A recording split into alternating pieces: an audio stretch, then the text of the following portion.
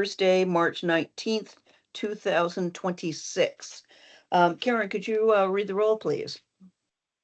Good afternoon, everyone. For the record, my name is Karen Parkman, and I serve as the Director of Administration for the agency. Today in attendance, we have Chair Doherty. Here. Vice Chair Barry. Here. Commissioner Fowler. Present. Commissioner Stein. Here. And Commissioner Kinsley. Here. Okay. Okay, great. Everyone's here. Welcome very much. Hopefully you guys all had a good month and we're anxious for a nice, fairly easy meeting, knock on wood today. Okay, with that, we need an approval of the meeting agenda. Are there any additions or changes on here? Okay, seeing none, I'd like we need a motion to accept the agenda as printed. I move we accept the agenda as printed. Okay, thank you, Dr. Stein. Is there a second? I'll second. Okay, and Commissioner Fowler seconds. All those in favor, raise your hand or say aye. Aye. Aye. Okay, motion passes. I'm glad that the dream team is back. Yeah. Sorry, it's good to have both Commissioners Fowler and Stein back after our Yes. last meeting that we barely got through. Chair Doherty, I apologize to interrupt, but did we get roll call done? Yes. Oh, yes. We got roll call done and we accepted the agenda. Next thing we have is the meeting minutes from our February meeting. Are there any changes or corrections? I didn't. Okay, seeing none, I'd like a motion to approve the minutes from the February meeting. I'll move to approve the minutes. Okay, Commissioner Fowler moves to approve. Is there a second? I second. Okay, the second was that the other commissioner? I don't have your faces, so. I can't Kinsley. see who it is. Thank you very much, Kinsley, doctor. All those in favor, please say aye or raise your hand. Aye. Aye. Aye. Okay, the minutes are approved. Okay, the next thing we have on our agenda is old business, director's report. I had all my notes right here. There we go. Good afternoon, Chair Doherty and members of the commission. For the record, my name is Connie Wynn, and I am the Executive Director of the Oregon Racing Commission. First, I would like to welcome the DraftKings representatives. Thank you for joining us today. We look forward to hearing from DraftKings team as you formally apply for an advanced deposit wagering license. In addition to DraftKings seeking licensure, we have also added 2 new service partners to our ADW program, which are expected to positively impact our revenue stream moving forward, and there is a 3rd currently onboarding. Speaking of budgets, we are planning on going to the e-board in May to request an increase in our 2025-27 limitations. This will not provide us with additional grant money this biennium for the industry and is needed to keep up with our internal expenses and is meant to offset the $600,000 that we were required to reduce in our budget during the last session. We are commencing with the 2027 budget alongside developing key legislative concepts aligned with the direction from the governor's office. These will remove annual requirements for reporting on Greyhound, which I know Dawn, our supervisor of mutuals, will really appreciate because she spends a lot of time gathering that data up daily. Increase the maximum penalties. The Stewart civil penalty cap was previously $500. And now it's increased to $5,000. However, the commission's statutory cap remains at $1,000, which is below the Stewart's current. So this will bring that in alignment. Expand Stewart's supervision authority. Stewarts can currently suspend individuals for up to 1 year. We are proposing an increase to provide greater enforcement flexibility in more serious or repeated violation cases. revised Oregon bred race mandate. This is something I need to be working closely with OTOBA on, but it's just a proposal, a placeholder right now. Under 462130, regulations require at least one race per meet for Oregon bred thoroughbreds. We'll evaluate potential adjustments to this to enhance breeder support and competitive viability. Regarding infrastructure and funding, Section 38A of House Bill 5204 allocates $1 million via the Department of Administrative Service in collaboration with the ORC for fairground racing. This money will be going directly from the Department of Administrative Services to the county fairs. This includes Union, Grants Pass, Tillamook, Crook, and Harney County. Harney County last raced in 2019 and has since removed most of their racing equipment. Deputy Stewart Crystal and I will be visiting the site to assess needs that must be addressed for them to resume racing. They are hopeful to apply this fall to hold their meet in July of 2027. The funds do not extend to establishing a new race meet. These funds do not extend to establishing a new race meet, supporting and regulating a new fair meet by ORC. In other words, ORC isn't getting a dime of this money. And 182,000 of that, we will incur 182,000 in unbudgeted, well, we'll budget them now, in additional expenses to manage this. I believe that you call that an Unfunded mandate. funded mandate, yes. So we will be working on that as well. On a final note, I'd like to acknowledge Michael Lloyd for outstanding work on our licensing database migration. We had an internal server changeover, and this database, as we've been talking about for years, is at end of life, and it has been very cumbersome just to move it from one place to the other in Salem. That concludes my report. Okay, thank you. Commissioners, do you have any questions of Director Nguyen? Commissioner Stein? Now that money that's given from the administrator to the fairs, is any of that available for purses? That's a good question, Dr. Stein, Commissioner Stein. I have read the language, and to me, my interpretation of the language is yes, it is, because it specifically says for race meets. It doesn't say, it says including safety and facilities. It doesn't say limited to safety and facilities. I have a meeting on the 20th to ask a variety of questions, such as, number one, if they estimate something too low, for example, or too high, for example, they may say, we want a track expert to come out, and then we want to put $200,000 aside to redo our track. Well, if they do that and it only costs $100,000, can they reallocate that money? I also need to get a better understanding of what the timeline is, as well as can some of that money be put into future uses? Can they say we're going to use this for purse money, but over the next 4 years as opposed to 1 year? Or can we put in a savings account to and draw from that savings account to pay for purses? So there's still a number of questions that are out there. But the good news is it's out there, and there is some money out there. I did also have a call with Harney County. I've had 2 calls with them, and the good news is there's some things are better than I initially thought they were there.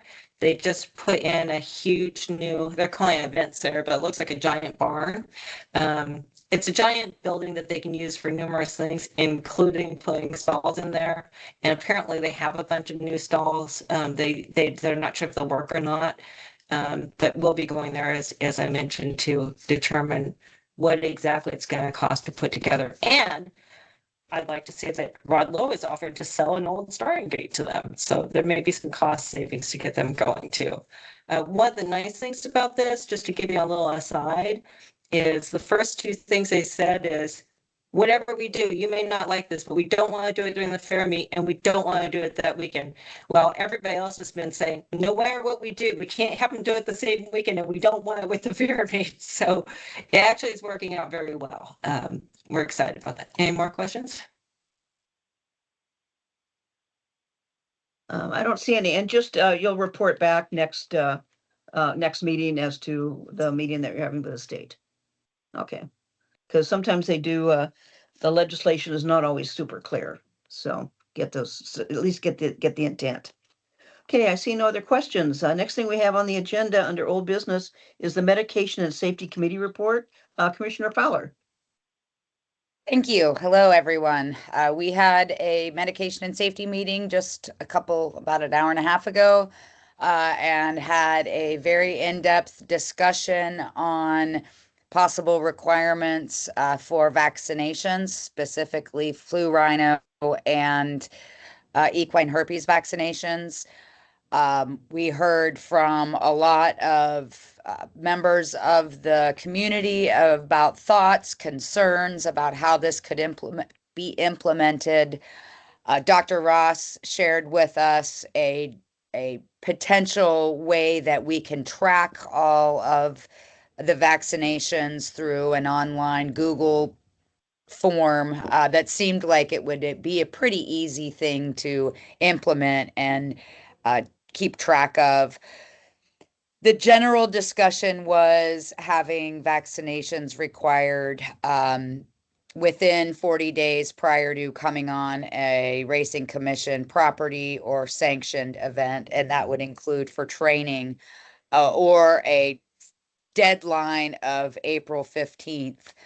There were some discussions about whether that could potentially be made available at the track, whether or not we could track these vaccinations through forms that owners and trainers are filing with each office before race meets begin. Miss Erickson brought up a good point, I thought, for us to consider, which was that those who are racing in Emerald Downs will have already vaccinated once for the year. So then we talked about a potential, let me think about how I want to say this, a potential way to take that into consideration. I think, long story short, there is a need for these vaccinations to be required. I think it should be a process that is slow to begin, so all the horsemen understand what would be required of them. And it will continue being discussed. I don't think that there's a rule to bring to the commission at this point, but that those discussions are continuing. We also briefly discussed potentials of quarantine areas in each facility that we have races. There are some other laws which require each facility to have a plan for a quarantine. And that's something that's not going to require us to implement any rules, but it's something we should be continuing to discuss with all the locations of our fair meets. That is my report. Okay, Dr. Stein. To follow up what Lindsay was saying, yeah, we kind of came to some sort of a consensus, but nothing concrete. So in the half hour or so since our meeting, I wrote down something that I'll throw out there as consideration, that on the stall applications or whatever we use at the race meets, that all horses need to be current on vaccinations for EHV and influenza before entering any facility under license by ORC. These vaccinations preferably should be given 45 to 60 days before entering such facility.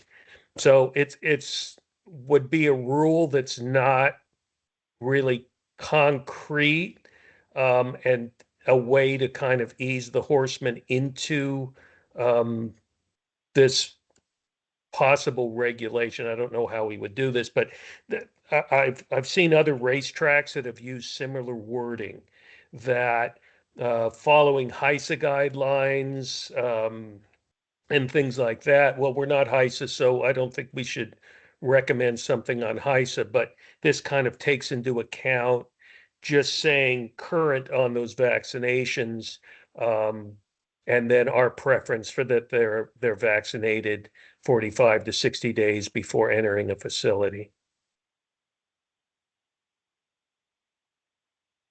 Okay. Other additions to the review of the agenda or a review of the meeting? I have Okay. a question, Chair Doherty. Yes. Was and there any could you- discussion? Oh, Oh. oh, is that Quinn? Is that Commissioner Barry? Yes. Sorry, yeah, I apologize. My video's having trouble. This is Vice Chair Barry. Thank you. Was there any discussion about possible court? Because the horsemen are racing in multiple jurisdictions, has there been discussion about coordination between Jockey Club or AQHA and veterinarians and all the jurisdictions involved? Because I don't want to make things more complicated for horsemen trying to make a good faith effort to comply with the law. And I do think that the vaccination recommendations make an awful lot of sense. Does that all track? If I could answer that, I think that Commissioner Stein's proposal certainly takes that into effect. We're not requiring something that's going to get our horsemen sideways with any other jurisdictions. And this is just the beginnings of the process to say, hey, we are supporting and wanting our horses to be vaccinated when they come onto our properties for racing commission events. Very good. Thank you. Okay, good. Okay, any other questions about the report? Okay, thank you very much. And this is something that definitely is ongoing, and we're glad to have the expertise on the commission for this. I respect that very much. Okay, the next thing we have is new business, and the first thing is the review and possible approval of a new ADW, the DraftKings. And so, Mr. Lloyd. Thank you, Chair Doherty. Commissioners, I am Micah Lloyd, the Racing Commission's Director of Mutuals. Before I begin, I would like to note that Chris Cipolla, General Manager for DraftKings, is present, as well as several other team members, and available to answer any questions the Commission may have. DraftKings has been operating in Oregon as a services partner under Churchill Downs Technology Initiatives Company since early 2023. DraftKings has now applied to the Oregon Racing Commission for its own advanced deposit wagering license under the entity DK Horse LLC, doing business as DraftKings Racing. This is for a 5-year license through 2031. Between February 27th and March 17th, 2026, staff conducted a full review of the ADW license application, including pre-deployment audits and on-site reviews performed March 10th and 11th. The applicant has provided all documentation and disclosures required under OAR 462-220-0030 and related rules. This includes legal and organizational disclosures, financial records, including prior year tax filings and 4-year projections, confirmation of business registration in Oregon, the operational plan and source market mitigation plan, licensing information for hub personnel, operational days, and all required agreements and attestations. We have also verified the applicant's segregated player bank accounts and security bond, as well as receipt of the required operational fee for the quarter beginning April 1st, 2026. The statutory and rule-based attestations required under Oregon law were acknowledged, including those related to audit compliance, account establishment procedures, customer record retention, and financial reporting. The on-site review confirmed the applicant's operational readiness and its compliance with the Oregon Racing Commission's technical, financial, and regulatory requirements. No material findings requiring corrective action were identified. I would also like to highlight DraftKings' responsible gaming program, which reflects a high standard of industry best practice and a notable commitment to responsible wagering in Oregon. Based on the full application record, the results of the pre-deployment review, and the applicants demonstrated compliance with OAR 462-220 requirements, I recommend that the commission approve DraftKings Racing's advanced deposit wagering license application as submitted, contingent upon the successful completion of background checks for Oregon-based staff. With that, Chair and Commissioners, I would like to introduce Mr. Chris Sapola, General Manager of DraftKings. Thank you, Mr. Lloyd, and thank you, Chair Doherty, Vice Chair Barry, Commissioners, and Director Wynn. As Mr. Lloyd mentioned, I'm Chris Sapola. I'm the General Manager of New Verticals at DraftKings, and I oversee our horse race wagering business. We're very excited to be here today as we look to take the next step in that business. As Mr. Lloyd mentioned, we've operated the past 3 years as a white label affiliate of Churchill Downs, offering DK Horse as our advanced deposit wagering platform. And with the application before you today, we're seeking to launch DraftKings Racing to fully move our advanced deposit wagering business into the DraftKings ecosystem and onto the DraftKings tech stack so that we can take full advantage of our brand recognition and our size and scale. One of those benefits of the size and scale of DraftKings, as Mr. Lloyd pointed out, is our responsible gaming tooling and programs that will be fully available to our DraftKings Racing customers. And just overall, we are very excited about the opportunity to not only serve our existing advanced deposit wagering customers and horse racing fans, but we also think that we are uniquely positioned to grow interest in the sport as we fully lean into our business and our name. So with that, I'd like to thank you for your consideration of our application, and I'd be happy to try and answer any questions that you may have. Okay, Commissioners, do you have any questions? Okay, I don't see any hands or anything on there. We appreciate the vetting of the DraftKings very much. I think the only thing we're waiting on, and on this one, I think we can do a tentative approval or make a motion for a tentative approval, is still based on background checks. Is that what's left to do? Correct, Chair Doherty. But those actions are in our hands. We are not waiting for Okay. anything from DraftKings. They've submitted all components, and it's just a matter of just finalizing a few things. I believe a motion is warranted if you Okay, so feel so. Okay, thank you very much. Are there any questions? I hadn't seen any. Is there a motion to, oh, excuse me, I'm sorry. Does somebody have a question? I just would recommend, this is Connie Wynn, Executive Director, I would recommend a contingent on the approval of the background check, which again, is not going to be a problem. It'll be done in a couple of days, but just for the record that we put that in there, that's approved contingent on. Okay, thank you. So we would have a motion to approve the new ADW DraftKings with the completion of the background check. I'll move to approve their application. I Okay, second. so Commissioner Fowler moves and Commissioner Stein seconds. Any questions? Any comments? Okay, seeing none, all those in favor either say aye or raise your hand or both. Aye. Aye. Aye. Aye. Okay, it is unanimous. Welcome, DraftKings, to Oregon. Thank you very And we'll much. just We're wait. very excited. Thank you. And Micah, you plan to do the background check by next week? Absolutely. Yes, they're looking at an April 1st launch, and I see no issues here. Okay, great. Thank you very much.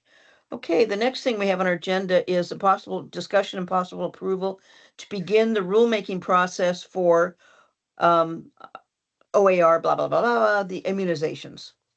OAR, to be formal, OAR 462-140-0320 sub-6 sub-J, which is immunizations. Director Wynn, would you like to discuss that? Yes. Commissioner Stein? I was just going to say that I think we need to put this off until we get the wording for the proposal, because as written, the proposal as written does not seem to fit what the medication committee has figured out. So I think if we put this off till next month, we'll have a much better reading of the language for the regulation. Oh, I great. would Thank like to you. just, Thank you. I have a proposal for the commissioners to consider. I recommend that we put this in policy only the first summer. That gives us time Okay. to continue to tweak it. I could provide an official policy next time, but I think at this point we can at least start getting on applications that say, have you been immunized in the last blah, blah, blah. So we can at least get them used to it, and we can send out the communication to them that by policy, the expectation is your have immunizations up to date for blah, blah, blah. Yeah. So that's my. I think that's a great idea. Yeah, Yeah. I agree. I don't think we're ready for a rule yet, but I do think we can move forward in some set if you agree to approve a policy, and I will put that together for you. Okay, and I think that the policy is a better way to go than all of a sudden here you got the rule and it's here, because I think with the immunization aspects, there have been some things that have been brought up, and maybe between now and next month, some other concerns will be brought up. So I think that that's the most prudent way to act, is to have a policy dealing with immunizations and have the committee work on it and finalize it to a point that they feel comfortable with the language. Okay, do we need any movement on that, or is that just a suggestion? I think it's just a suggestion. Okay.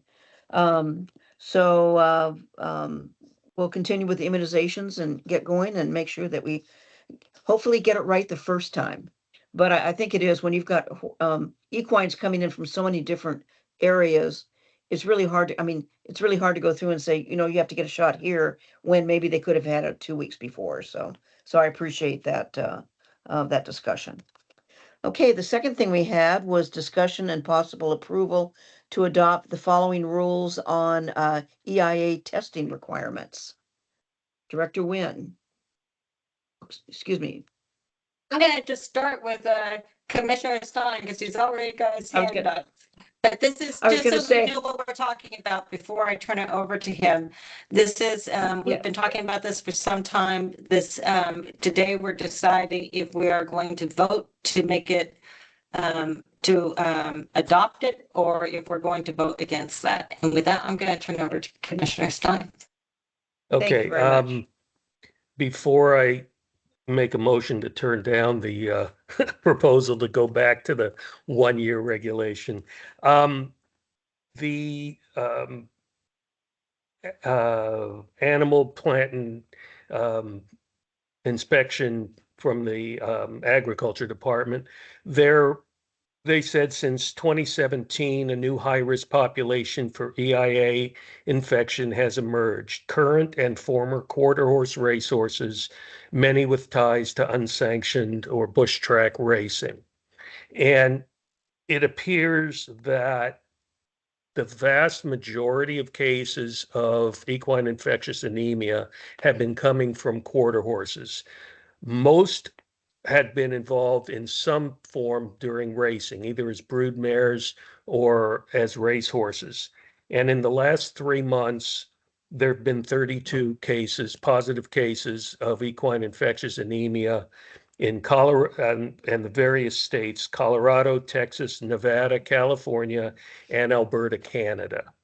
One of the problems that we have is, if we were to go back to the 1 year, I think the surveillance that we're dealing with especially with the quarter horses, and I don't think we can make a policy change based on the breed, because some quarter horses are at ranches with thoroughbreds, and it's very hard for us to distinguish any of that. But my opinion is that we had it at 6 months. There were a few people who, for some reason, didn't get the memo. and caused a big stir. But for the most part, we only had, I think, 1 or 2 horses that had to be scratched because they didn't have a Coggins within 6 months.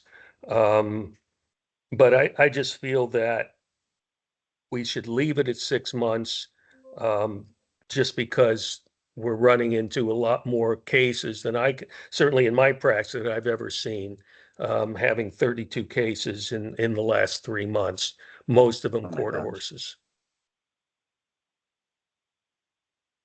Okay, so your suggestion is to keep working with the language, or just to lower it to 6 months, or what is your suggestion? Well, we have it at 6 months. That's what we did last year, and I think we just keep the regulation the way it is and not revert back. The other comment I'd like to make is that I know there was a discussion last year. People were saying, oh, well, one place it's 1 year and we're doing 6 months. Mhm. If you have your Coggins taken, for instance, April 15th to race in Oregon, you can race in Oregon. And then if you wish to go to Arizona, which has a 1 year, you can go to Mhm. Arizona. You could come back to Washington if you wish and be at Emerald Downs. But before you race in Oregon, you take your Coggins again April Coggins again. April 15th or so. So really you're getting a Coggins once a year. It's just a question of your timing. Mhm. Okay, thank you. Thank you. Director Nguyen, do you have things to add? Okay, so, This is Commissioner Kinsley. I have my hand raised. oh, Just- yes. Oh, I I'm just had sorry. a- I see your hand. Yes, Yep, no worries. Commissioner Kinsman. Just a question about language. So I agree that we should have testing, but is there a way in which we could still do 12 months, but require the testing to be done in the spring? Does that make sense? So there's still a 12-month kind of 1 year guarantee, but if it's tested in the spring at the time of spring shots, which we were just kind of chatting about vaccines, would that timing work out well enough for everybody? And that way it's still a 1 year requirement, but it's done within X months of the spring to ensure that Yes. the Oregon racing is protected. Okay, done 6 months of our racing season. Yeah, if it's done in the spring. Okay. Correct. But Director that would Nguyen? still allow them to have 1 year as long as they started at that point in time. All right, okay. Yeah, start by Comments? just listening to everyone, because I think everybody's got an opinion on this. Yeah. Everyone what? I'm sorry, I didn't hear that. I've had mic problems. I've ordered a new one, so I apologize. Oh, that's okay.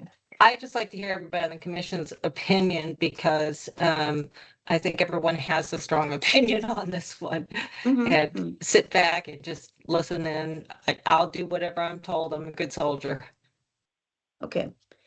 So, what's been proposed is that, in the language that we have, that we keep it at 6 months, but there's still not that being addressed as to when that 6 months begins. Is it a spring? Is it is it just 6 months?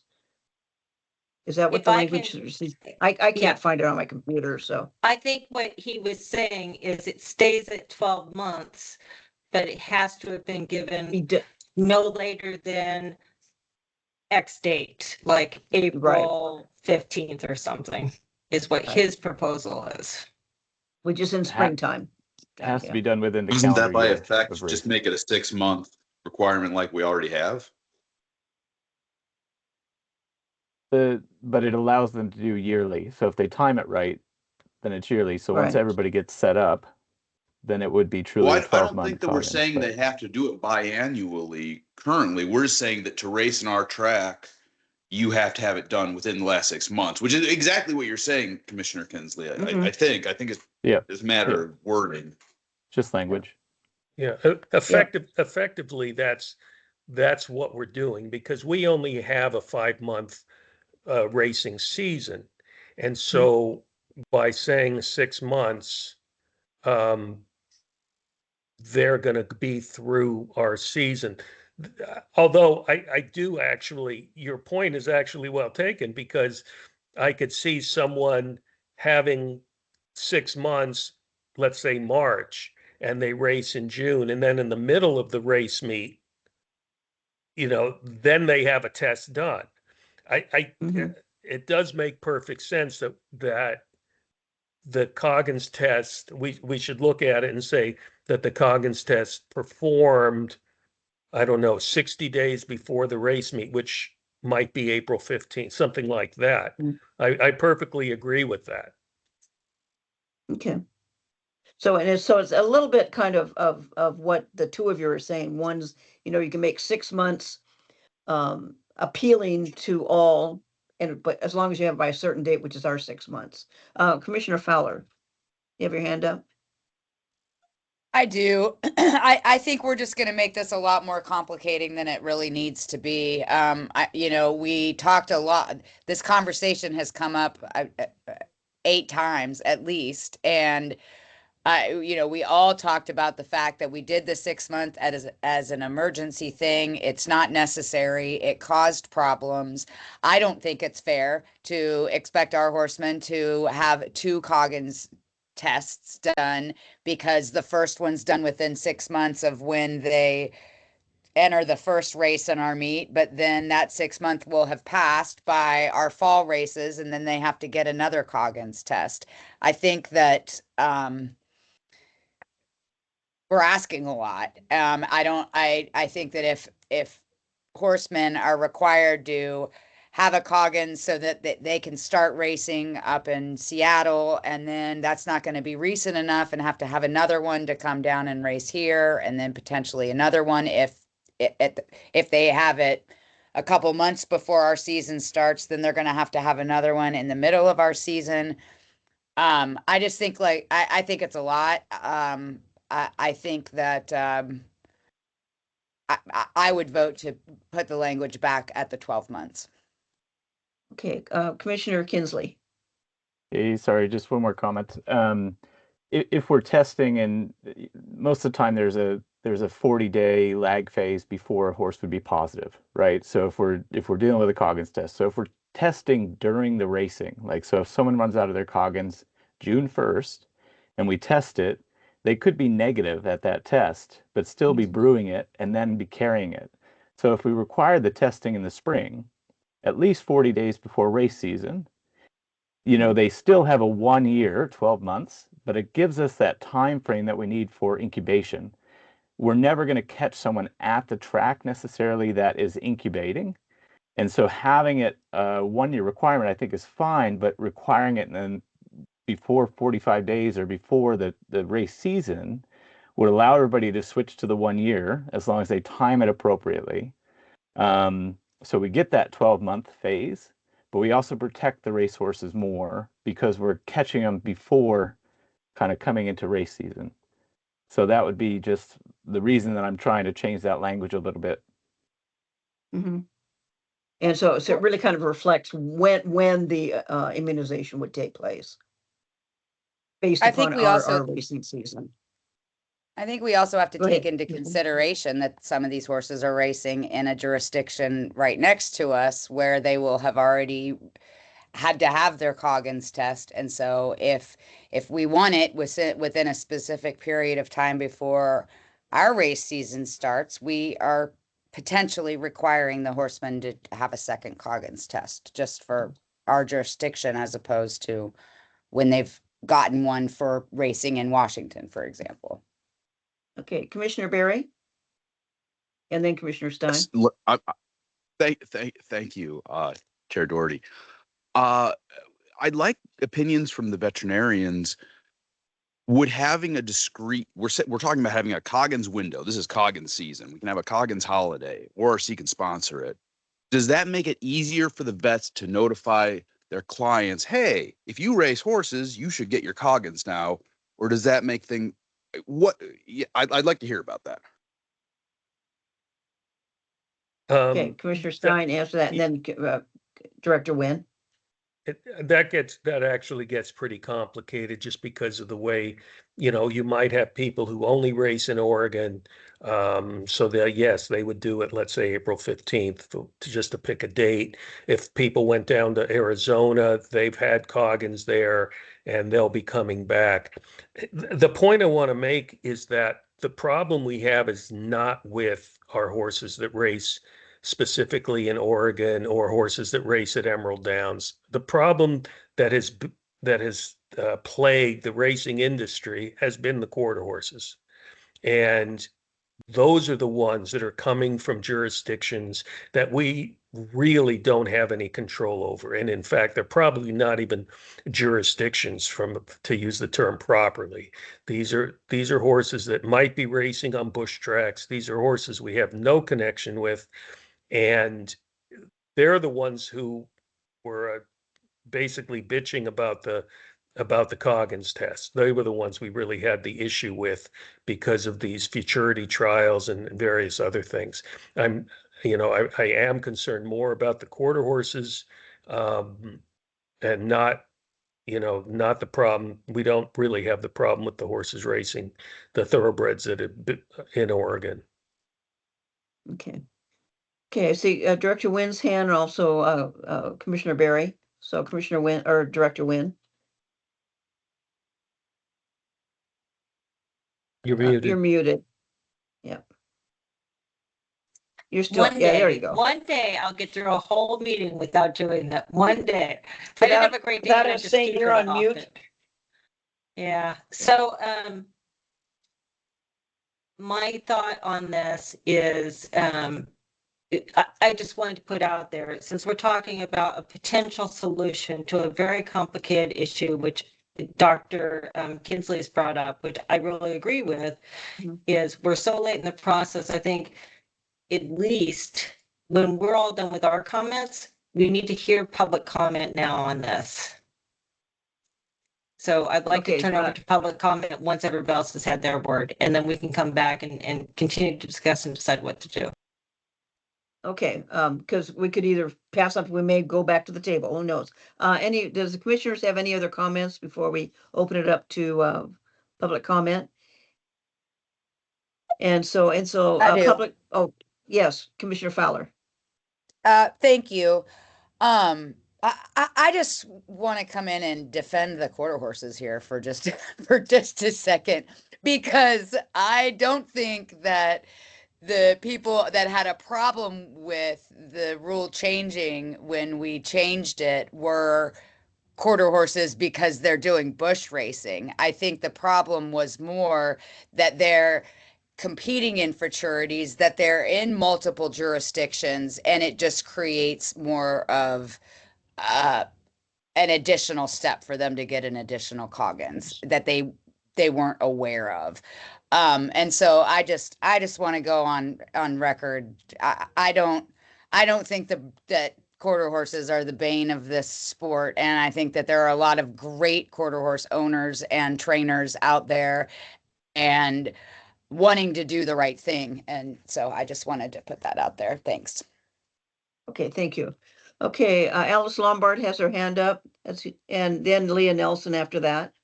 Thank you, Chair Doherty. Alice Lombard, for the record. I really appreciate what you said, Dr. Fowler, and I completely agree. Let's not put one breed at fault here. When we had the EIA outbreak at Portland Meadows, it was not quarter horses. I mean, I've seen it in all breeds. And a lot of our horses that are coming from different tracks, even our futurity horses, need to have a Coggins to cross state lines already.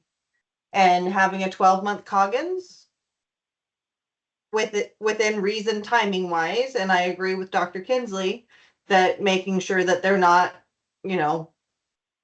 about to expire because it's only been, a year since they've had one, but having one within a year makes a lot of sense. Okay, thank you. Okay, next we have Leah has her hand up, then Rod, and then Connie. I just wanted to say thank you to Commissioner Fowler for sticking up for the quarter horses. And she's absolutely right. And so I just wanted to go on the record saying that I totally agree with what she had to say. Vast majority of them are not racehorses.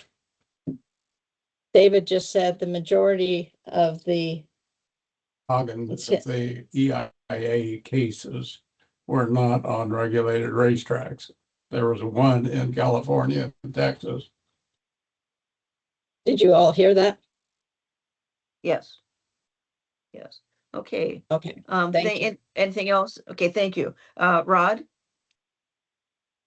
Yeah, I just, we beat this thing up and we had multiple discussions about this. And the consensus was we were going back to 1 year. And with respect to Dr. Stein, I understand his opinion, but he's been the only one that's been against this the whole time that we've discussed this. We had to put out our stall applications a month ago. And our stall applications, because of the consensus that's already been brought up, that hasn't been official, I understand, but the consensus was we were going back to 1 year. Our stall application says 1 year. For us to change that now is a problem. And I understand maybe I jumped the gun in getting our stall application out and getting on approval, but in all of the discussions we've had, we've all agreed on 1 year with respect to Dr. Stein. Okay, thank you. We've got Connie and then we've got Randy. Thanks, commissioners, and Chair Doherty.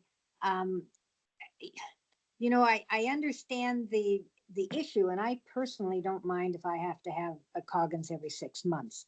But the problem was mentioned that horses coming from other jurisdictions aren't aware that they need a Coggins every 6 months, and that makes it a problem. You know, I'm aware of that last year because I listen in on these meetings and I'm the president of OTOBA. But other people wouldn't know that. And I actually brought a filly down to fill a race last year who was out of the 6 months for Coggins. And so we had to have a Coggins test on the track, and that worked out okay. But anyway, I think, I don't know how you're going to let people know, because we don't know where horses are going to come from.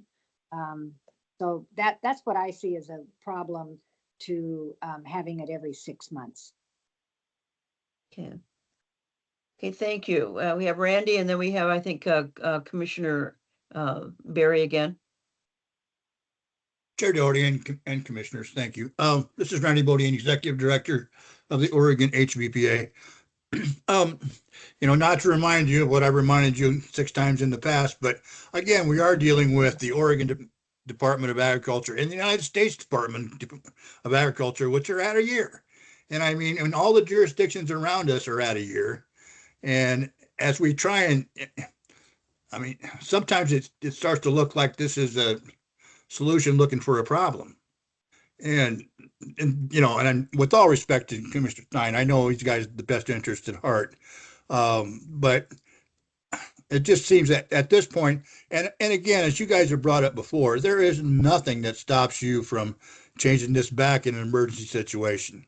If you get a problem with an outbreak, you know, you can pop this right back to wherever you need to get control of the situation. So, but it would seem to me that at this point, you know, it makes sense to kind of be in line with everyone that we have to deal with in and around our jurisdiction. Thank you. Thank you very much. Okay, Commissioner Barry, you had your hand up. Thank you, Chair Doherty. I just want to make sure that I'm on the same page with all the commissioners. I know where everybody's standing. Commissioner Kinsley is concerned that we make sure that the Coggins have been done at least 60 days prior to the race meet. Is that right, Commissioner Kinsley? It's just a compromise to allow the 12 months and to allow Dr. Stein to be happy with that decision as well. So it allows for the best of both worlds. And it's 1 year where folks would have to possibly do 2 Coggins. So it would bring us back around to kind of a 1 year Coggins. This year, if people happened to do it last July, they would have to do it again anyway if they were racing in June. But it just allows everybody to get kind of on a timeline that might fit to protect Oregon racing. That's all. Okay, thank Okay. you. Commissioner Fowler is at a year. Commissioner Stein is clearly at 6 months out of an abundance of caution. And the USDA says 1 year. That's okay. Can I clarify? Commissioner Stein. I'd just like to Yes, clarify Commissioner Stein. something. In the regulations, the recommendations that the Department of Agriculture puts out, that unless there is a situation in which it is the minimum schedule is for the 1 year, but unless there's a situation such as what we have with the 30 cases in the last 3 months, that's a lot more than most people think that has occurred. And every time you have a positive, not only do you lose that horse, but all these other horses get quarantined. I don't have all the numbers of the number of horses that were quarantined because of it. But it's not my, please don't make me out to be anti-quarter horse. The fact of the matter is it's the Animal Plant and Health Inspection Service of the USDA, which put out the high-risk population of EIA infections has come from quarter horses. So I'm just letting that out there, that is the higher risk population. Mm-hmm. We understand. I understand that. Okay, so where we are right now is it seems like we're not 100% in agreement, but what I hear folks saying is that keep it at a year, but make it clear that you would like to have something 60 days before our race season. And then that way it's still a year, but then it also kind of, from what I understand, covers the concern of having immunizations just before our race season.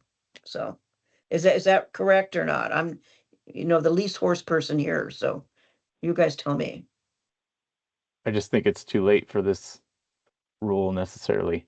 Okay.